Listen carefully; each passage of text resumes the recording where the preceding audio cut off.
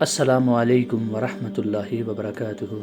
پیارے دوستو، آج کا ہمارا ٹاپک ہے کہ غصے کو کیسے کنٹرول کیا جا سکتا ہے رسول اللہ صلی اللہ علیہ وسلم کے بتائے ہوئے طریقے سے۔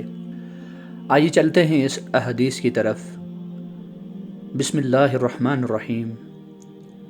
دو شخصوں نے نبی کریم صلی اللہ علیہ وسلم کے پاس گالی گلوچ کی تو ان میں سے ایک کو بہت شدید غصہ آیا، یہاں تک کہ مجھے ایسا محسوس ہونے لگا کہ مارے غصے کی اس کی ناک پھٹ جائے گی۔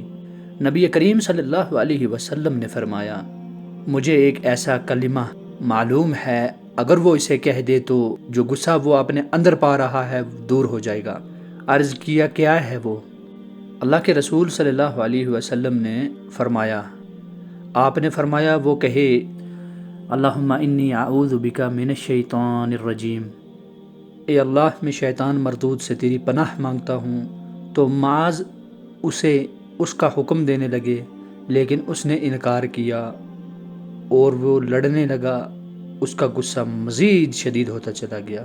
سبحان اللہ۔ پیارے رسول صلی اللہ علیہ وسلم کی یہ نصیحت ہے، اور تو بہتر دعا ہے یہ میرے عزیزو۔